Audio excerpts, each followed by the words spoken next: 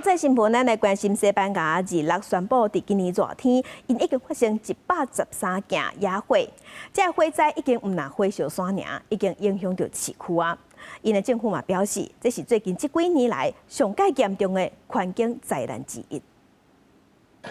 西班牙几落个烧正久的山林大火，到8月底时阵有慢慢稳定，不过消防员还阁无法度休困。到8月2日，至少还阁有15个所在伫咧炭烧，对民众的性命甲财产造成威胁。当局宣布，今年热天和野火影响的市镇是紧急地区，居民还阁有企业店面会当得到紧急的援助减税。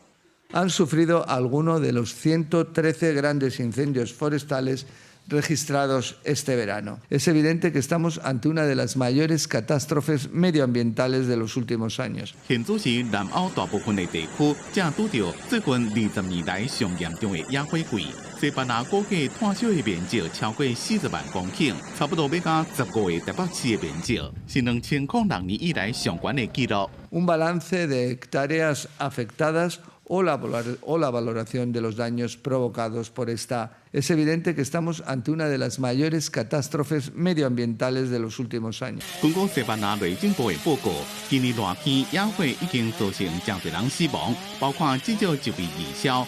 全国有几多千人因为野火厝内无安全已经撤离，真侪人即马是住伫咧临时的避难所。